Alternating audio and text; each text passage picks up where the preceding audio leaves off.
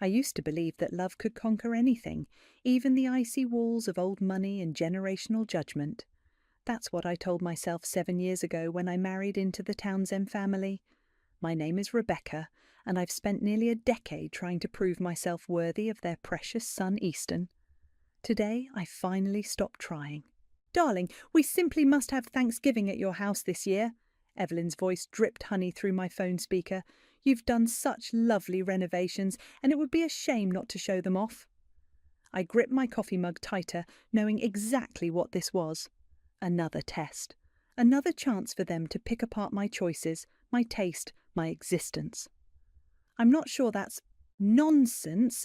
Bethany and Caitlin are dying to see what you've done with the place, and you know how particular Nathaniel is about his holiday traditions.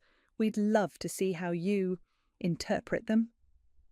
The pause before interpret might as well have been a gunshot. Mother, I really think perfect. We'll be there at 4. I'll bring my special cranberry sauce. You know, the one with the family recipe. She hung up before I could respond. I set my phone down and stared at the kitchen I'd spent months perfecting. The marble countertops I'd selected after weeks of research, the custom cabinets I'd fought for, the brass fixtures that cost more than my first car. Everything okay? Easton appeared in the doorway, already dressed for work in his carefully pressed suit. He looked exactly like what his family wanted. Successful, polished, perfect. Your mother just invited herself and the entire family here for Thanksgiving. That's great, his face lit up. They'll finally get to see all the work you've done. I forced a smile. Yeah, great. Come on, Beck, give them a chance. They're trying. The same words he'd been saying since our wedding day, when Evelyn had accidentally spilled red wine on my dress right before the photos. Since Bethany had commented on my quaint career choices at every family gathering. Since Caitlin had started every conversation with, "In our family, we usually—" "Sure," I said, turning to rinse my mug. "They're trying." That evening I called my friend Rowan. "They're coming here for Thanksgiving." "The whole circus?" he asked, complete with ringleader Evelyn. "Are you going to tell them?" I traced the edge of the property deed sitting on my desk, my name alone printed in clean black letters. Not yet, but soon. They're going to lose their minds when they find out. That's the plan. I smiled, remembering the day I discovered Easton had stopped paying the mortgage. The day I realised all his excuses about mail mix-ups and bank errors were lies. The day I decided to take control. The next week was a blur of preparation. I ordered the finest turkey from the local farm, selected wines that cost more than I'd normally spend in a month, and polished every surface until it gleamed. Each decision was calculated, each choice a weapon in my arsenal. "The place looks amazing," Easton said the night before Thanksgiving, wrapping his arms around my waist as I arranged flowers in the dining room. "Mother will love it." I thought about the stack of unpaid bills I'd found hidden in his office drawer, about the conversations with our financial advisor Isaac, who'd finally confirmed my suspicions about Easton's spending, about the quiet meetings with Rowan, planning every legal detail. "You think so?" I asked, leaning into his embrace one last time. "Of course. You've really outdone yourself." He kissed my cheek. "Maybe now they'll finally see what I've always seen in you." I waited until he left the room before whispering, "Oh, they're going to see something all right, just not what they're expecting." Later that night, I stood in my perfectly arranged dining room, running my fingers along the edge of the table I'd set with their precious family china. Everything was in place. The crystal glasses, the silver candlesticks, the carefully pressed linens. My phone buzzed with a text from Rowan. "Still want me there tomorrow?" I looked at the deed again, safely tucked away in my desk drawer. At the dining room that would host my final performance as the perfect Townsend wife. At the house that was now, legally and irrevocably, mine. "Yes," I typed back, "I want you right beside me when it all burns." Thanksgiving morning arrived with the kind of crisp autumn chill that makes everything feel possible. I was up before dawn, triple-checking my lists and timing charts while the coffee maker hummed. "You're up early," Easton mumbled, shuffling into the kitchen at 7. Need any help? I didn't look up from basting the turkey. I've got it under control. You always do. He grabbed his coffee and retreated to his office, probably to check the sports scores or whatever he did in there these days. At 9, my phone rang. It was Isaac, our financial advisor. Rebecca, I just wanted to check in before, well, you know. Having second thoughts about coming to dinner? I asked, smiling as I chopped herbs. No, but... He lowered his voice. Are you sure about this? Once it's done? Isaac, remember when I came to you about the mortgage, when I found those late notices? Of course, Easton had missed 6 payments by then. And what did he tell you when you asked him about it? Isaac sighed, that you were handling the household finances and must have forgotten. Exactly. I set down my knife. He blamed me. To you, to his family, to everyone, while I was working overtime to cover his mess. I know. That's why I helped you get everything in order. Then trust me now. This isn't just about revenge. It's about truth. After hanging up, I went through the house one final time. Every surface gleamed, every decoration placed with surgical precision. The dining room looked like something out of a magazine, exactly the kind of perfection Evelyn always claimed I couldn't achieve. At noon, Rowan arrived early as planned, carrying a bottle of wine and legal documents. Everything's filed? I asked, taking his coat. Recorded yesterday. He pulled out his phone. Want to see Evelyn's face when the county recorder posted the transfer online? I laughed. She actually checks those.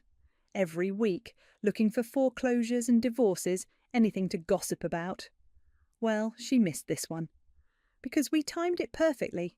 He set the documents on my desk. You know, most people just serve cold turkey for revenge. Most people haven't spent 7 years being treated like a charity case. The doorbell rang at 2, Bethany arriving early to help, which really meant to inspect everything before anyone else arrived.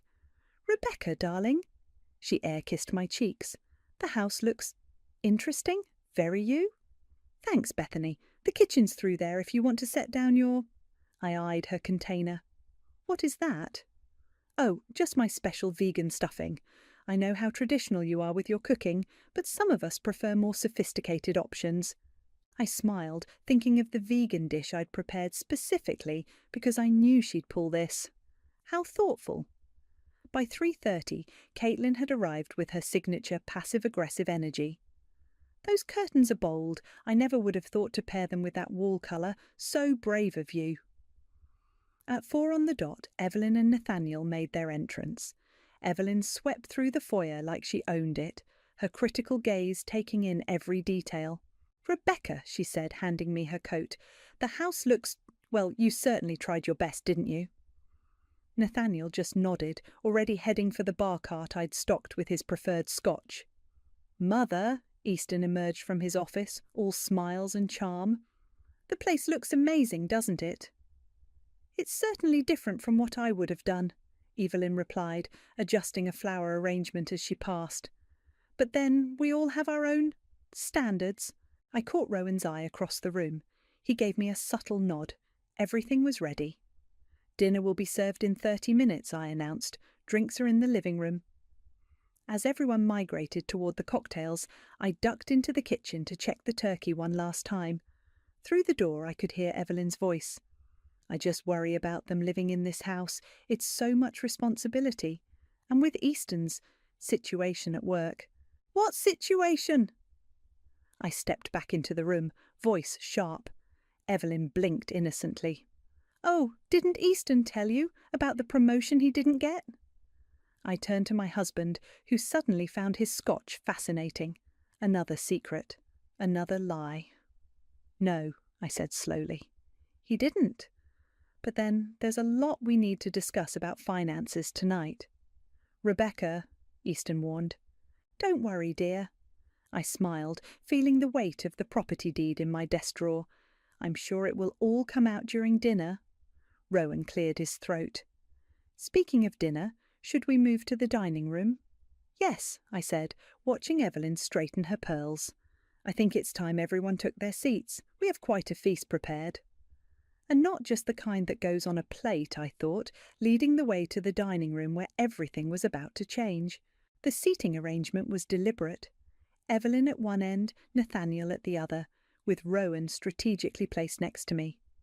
Easton sat across, sandwiched between his sisters, already looking uncomfortable.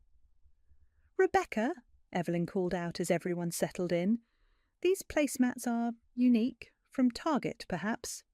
"Neiman Marcus, actually. The same place you got yours last Christmas." I smiled sweetly. I recognised them immediately. Bethany coughed into her wineglass while Caitlin's eyes widened slightly. Direct confrontation wasn't the Townsend way. They preferred their battles fought with subtle jabs and fake smiles. "The turkey smells wonderful," Isaac offered, trying to break the tension.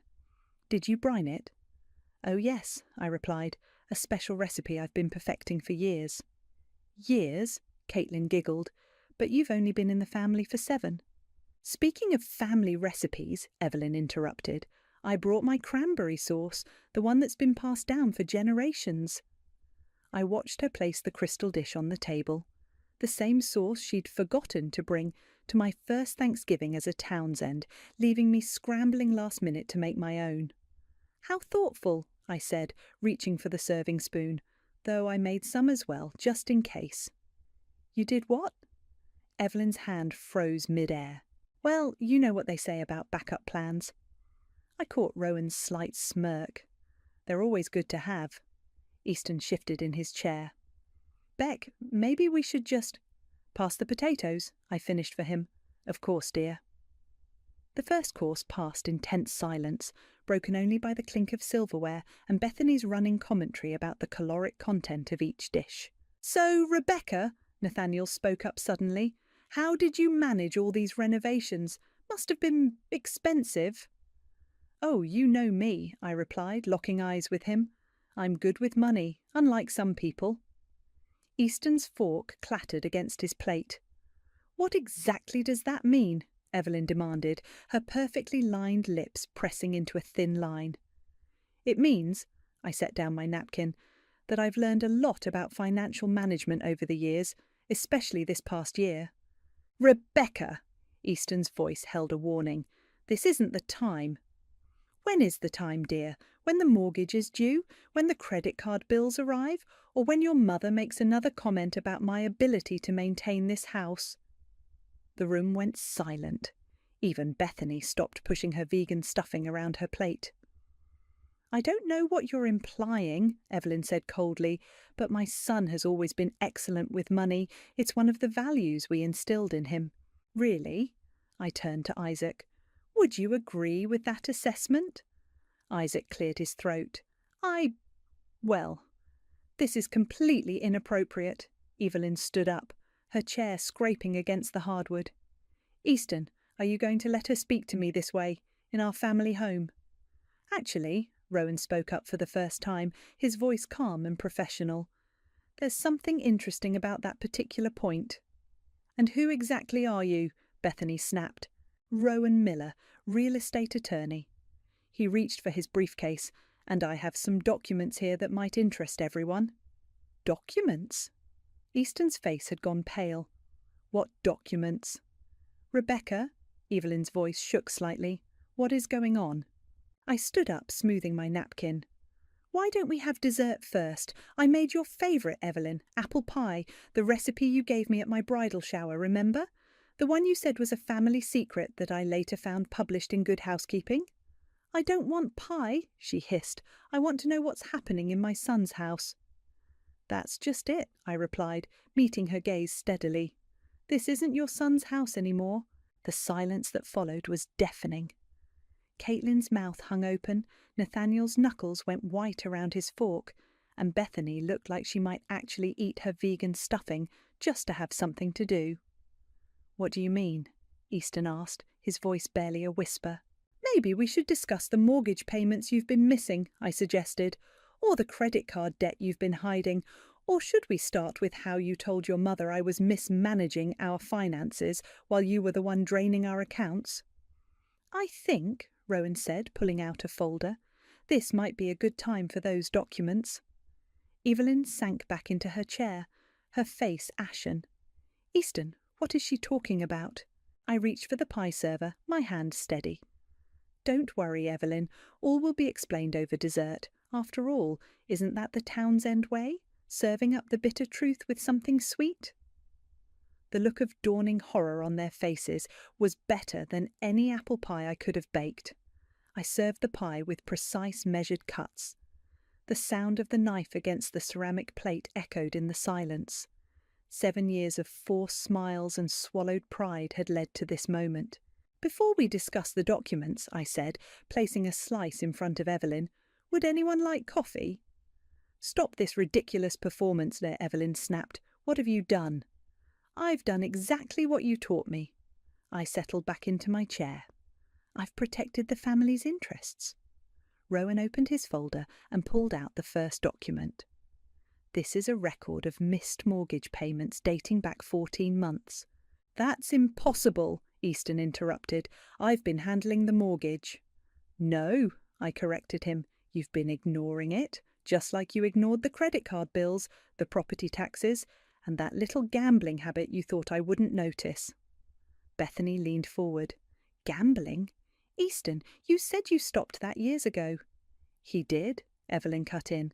Right after college, didn't you, darling? Easton's face had gone from pale to grey. Mother, I can explain. Perhaps, Rowan continued, we should discuss the home equity line of credit Mr. Easton attempted to take out 3 months ago, without his wife's knowledge or consent.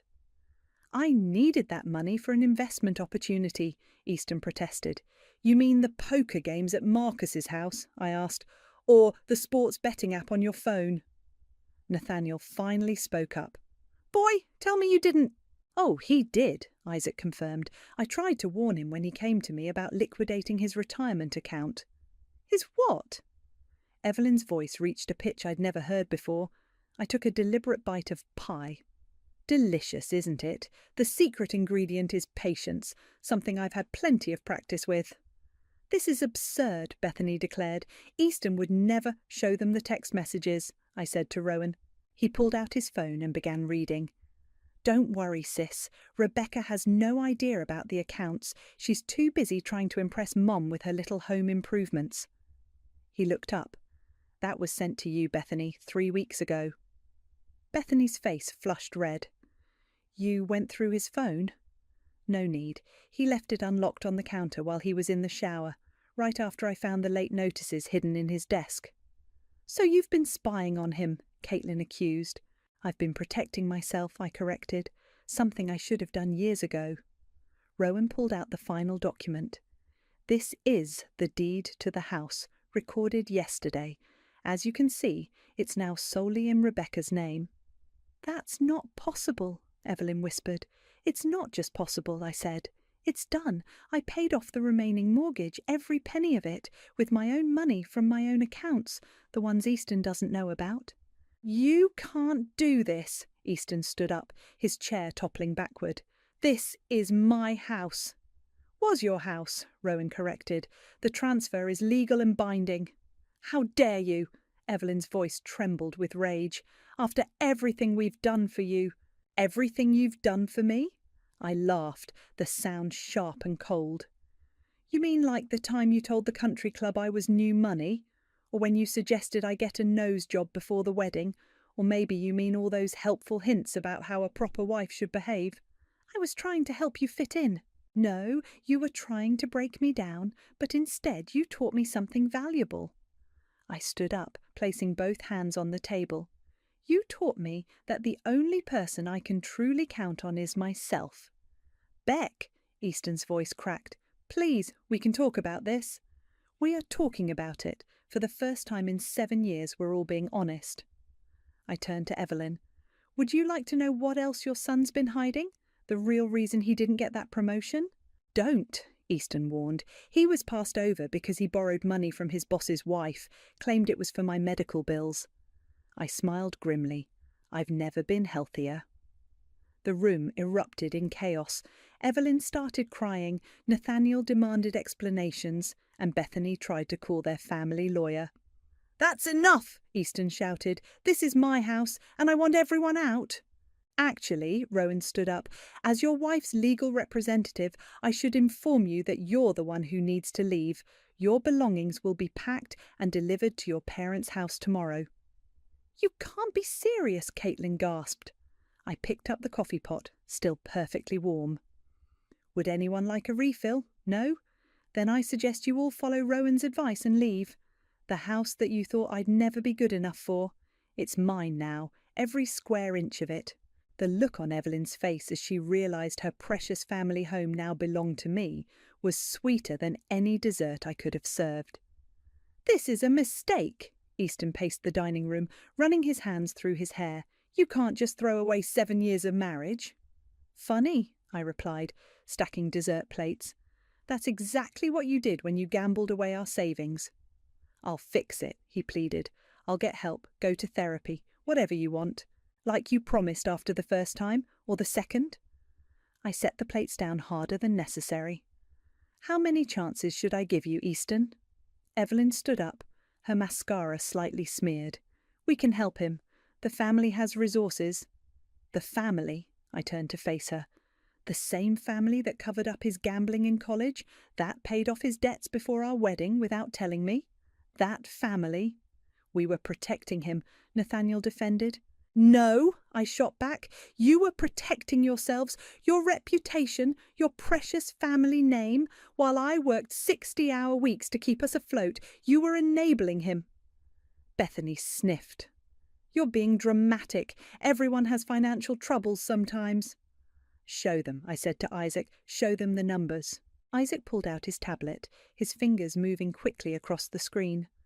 "In the past 18 months, Easton has accumulated $157,000 in gambling debts, maxed out 3 credit cards, and attempted to take out 2 personal loans using the house as collateral." "That's impossible," Evelyn whispered. "Would you like to see the receipts from the casino?" I asked.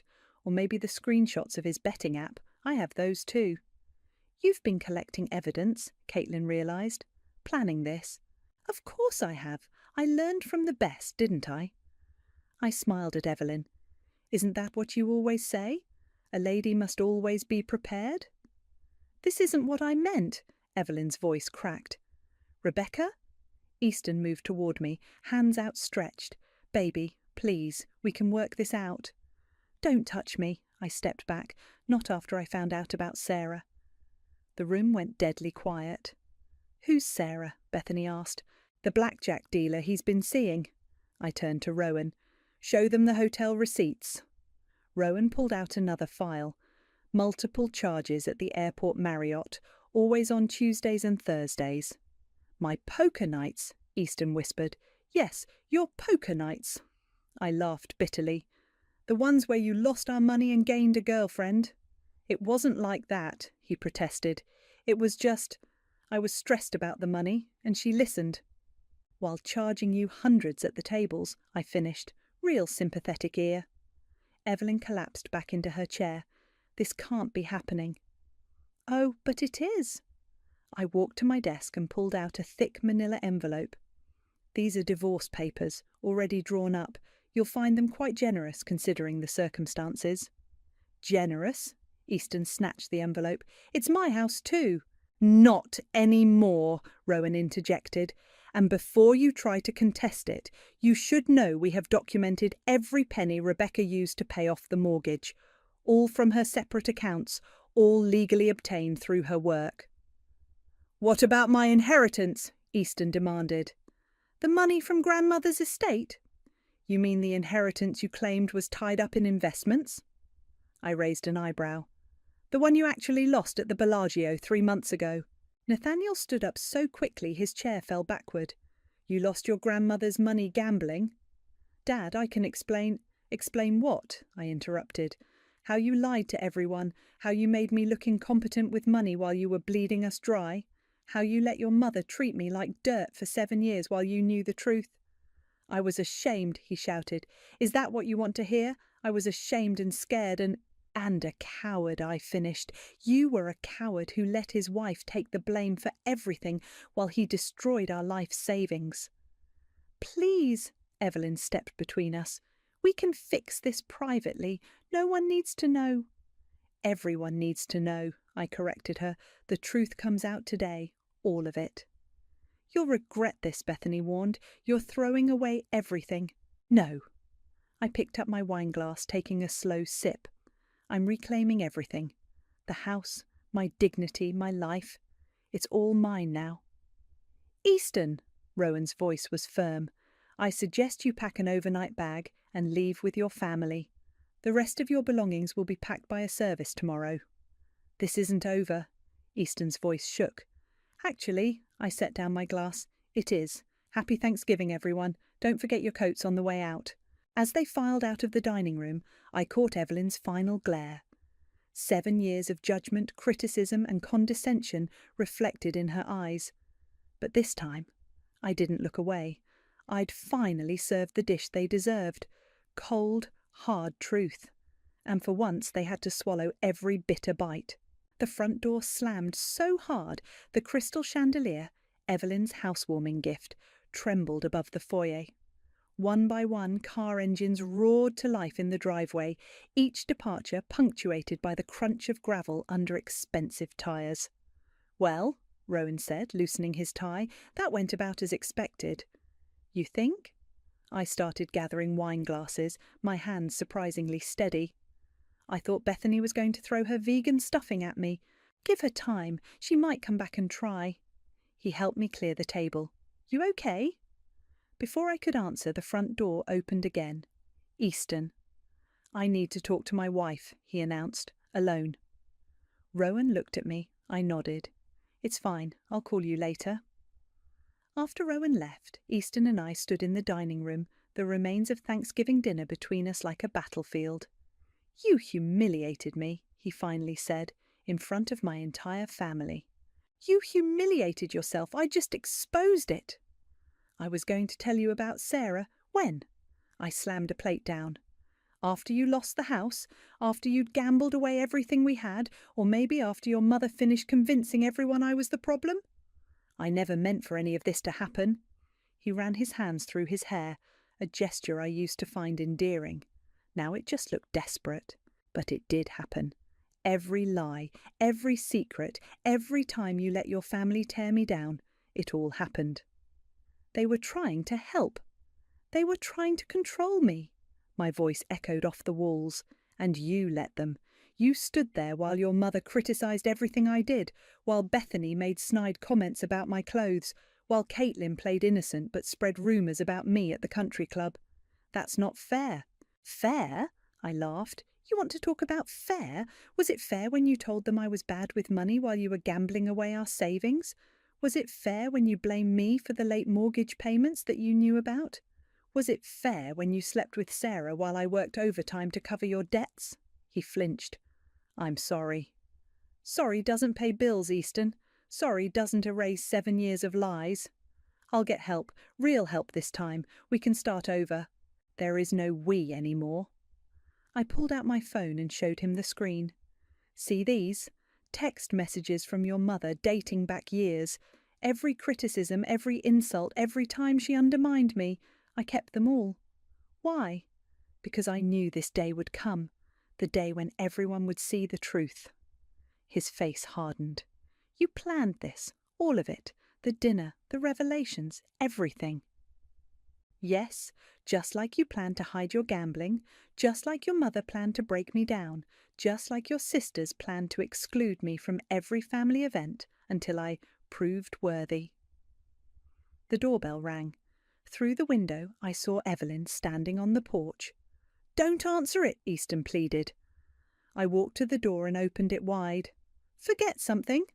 I need to speak with you. Evelyn's voice was ice, woman to woman. Like all those other woman-to-woman talks, the ones where you explained how a proper wife behaves. She stepped inside uninvited. You're making a terrible mistake. No, you made the mistake. I closed the door. You thought you could break me. Instead, you taught me how to fight back. By stealing our family home? I didn't steal anything. I paid for it, every penny, every repair, every renovation, while your son lied and gambled and cheated. Mother, Easton warned, don't... This house has been in our family for generations, she exploded. My parents lived here, their parents before them. You have no right... I have every right. I stepped closer. I earned it. While you were planning charity galas and judging my table settings, I was working 60-hour weeks. While you were teaching your son to hide his addiction, I was saving this house from foreclosure. We could have helped.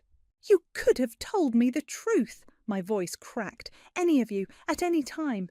Instead, you watched me struggle, watched me try to please you, watched me blame myself for everything that went wrong. Silence fell. In the distance, a car alarm chirped. The divorce papers are fair, I said quietly. Sign them, and this all stays private. Fight me, and every detail becomes public record. You wouldn't dare, Evelyn whispered. Try me. I opened the door again. Now get out of my house, both of you! Easton moved toward the door, then paused. I did love you, you know. No, I replied. You loved who you wanted me to be. Now you get to live with who I actually am. The door closed behind them with a final, satisfying click. In the empty house, surrounded by the remnants of my last Thanksgiving as a Townsend, I finally allowed myself to smile. The next morning, I woke to 17 missed calls and 32 text messages. Most were from Easton's family, ranging from threats to tearful pleas. One was from Rowan. They're at my office, all of them. I called him immediately. What do they want? To contest the property transfer, Evelyn's claiming family heritage rights or some nonsense? He sounded amused. Don't worry, it's all legally airtight. I'm not worried. I got up and walked to the window. A moving truck was pulling into the driveway, right on schedule. Are they still there? Left about 10 minutes ago, headed to their family lawyer, I assume. Let them waste their money. I watched the movers approach the front door. Everything's documented. The doorbell rang, but instead of movers, I found Bethany on my doorstep. We need to talk, she said, pushing past me into the foyer. The movers will be here any minute. I know about Sarah. She spun to face me. I've known for months. That stopped me cold. What? I saw them together at the casino. I was there with my husband for a charity event. She crossed her arms. I told Easton to come clean. But you never told me. He's my brother. And I was your sister-in-law. She had the grace to look uncomfortable. I didn't know about the gambling, not the extent of it anyway. But you knew enough to help him hide it. I was trying to protect the family name, while destroying my life. I gestured around us. Look where that got everyone. The moving truck's backup beeper cut through our conversation. Bethany glanced out the window. Mother's going to fight this, she warned. She'll never let you keep the house. She doesn't have a choice. I opened the door for the movers. The law's on my side. The law isn't everything. Family is... Don't. I held up my hand. Don't talk to me about family, not after 7 years of watching you all close ranks against me. The movers started their work, efficiently packing Easton's belongings under my direction. Bethany watched, her perfect makeup not quite hiding her distress. He's staying with them, she finally said, at the main house. Of course he is. Where else would a 40-year-old gambling addict go? That's not fair. Neither was letting me think I was crazy for suspecting something was wrong with our finances. I directed the movers toward the master bedroom. Neither was watching your mother tear me down at every opportunity. My phone buzzed. Evelyn's number. I declined the call. She'll keep calling, Bethany said. I know, that's what people like your mother do. They keep pushing until they get their way. I turned to face her, but not this time. The movers worked quickly, and within hours every trace of Easton was boxed and loaded. As the truck pulled away, Bethany lingered. What will you do now? She asked. Live in my house without anyone's approval. Alone? Free, I corrected. My phone buzzed again. This time it was Isaac. Rebecca, he sounded worried. Evelyn's at my office. She's demanding access to all of Easton's financial records. Give them to her, I said. Let her see exactly what her son's been doing. After hanging up, I found Bethany still standing in my foyer, looking lost. You should go, I told her. Your mother will be looking for allies. She's not wrong about everything, Bethany said quietly. "This house, it means something to us." "It means something to me too. 7 years of pretending to be perfect. 7 years of trying to measure up." I opened the door. "Now it means freedom. You'll never be rid of us, you know. Not really. Watch me." After she left, I walked through the house, noting the empty spaces where Easton's things had been. Each blank spot felt like taking a deeper breath. My phone buzzed one final time, a text from Rowan. "Evelyn's lawyer called. They're backing down. The financial records scared them straight." I smiled, remembering Evelyn's face when she realized her precious family legacy now belonged to the woman she'd tried so hard to break. The woman who turned out to be stronger than any of them expected. Standing in what used to be our bedroom, I opened the curtains wide, letting in the late autumn sunlight. The room looked bigger somehow, cleaner, like a fresh start. On the mantel, next to the deed to my house, I placed a new frame. Inside was the first rejection letter I'd received from Evelyn 7 years ago, when I'd asked to host Thanksgiving. "The holiday requires a certain standard," she'd written. Well, I'd finally met her standards, I'd exceeded them, and now I had the house, and the last laugh to prove it. The sun was setting when I finally sat down at my dining room table, surrounded by the remains of Thanksgiving. A half-eaten pie, scattered plates and empty wine glasses told the story of how everything had changed in a single evening. My phone lit up with a text from Isaac. "Easton's trying to access the joint accounts." "Let him," I replied. "They're empty anyway." The doorbell rang again. This time it was Caitlin. "I brought back the serving dish," she said, holding out Mother Townsend's prized crystal bowl. "It's been in the family for—" "Keep it." I didn't move to take it. I have no use for family heirlooms. She set it down on the entry table anyway. "I also came to say, I'm sorry." "For what part? The rumours you spread at the country club? Or the time you told everyone I was pregnant when I was just bloated from medication?" She flinched. "I know I was awful, we all were, but seeing those financial records, realising what Easton did—" "Save it." I started clearing dishes from the table. "I don't need apologies. I need peace." "Mother's devastated," she tried again. "This house is mine." I set down a stack of plates. And unlike Easton, I can actually afford it. My phone buzzed. Rowan sending confirmation that the divorce papers had been delivered to Easton's lawyer. Everything was moving forward, exactly as planned. "You know what the funny thing is?" I turned back to Caitlin. "I actually believed I could be good enough for your family, that if I just tried hard enough, worked hard enough, smiled enough—" "You were always good enough," she whispered. "We were the ones who weren't." The kitchen timer dinged. I'd almost forgotten about the last pie in the oven. As I pulled it out, the aroma of apples and cinnamon filled the air. "Is that—" Caitlin hesitated. "Grandmother Townsend's recipe? The real one, not the fake one your mother gave me." I set it on the cooling rack. "Found it in Easton's old papers while I was documenting his gambling debts. Mother will be furious you have it. Mother will be furious about a lot of things." I cut 2 slices. "Want some?" We sat at the kitchen island, eating pie in silence. Outside, leaves skittered across the patio, the one I'd designed, paid for, and now owned completely. "What will you do with the house?" Caitlin asked. "Live in it, make it mine, paint the dining room that bold red your mother always hated." My phone lit up again. Easton's number. "Aren't you going to answer?" "No." I took another bite of pie. "I've said everything I needed to say." "He's a mess, you know, crying, promising to change." "Like he promised before, when he lost his first 50,000, or his second." The doorbell rang a third time. This time it was Rowan. "Thought you might need this," he said, holding up a bottle of champagne. "Oh, sorry, didn't realise you had company." "I was just leaving." Caitlin stood up. At the door she paused. "For what it's worth, I really am sorry." After she left, Rowan poured 2 glasses. "To freedom?"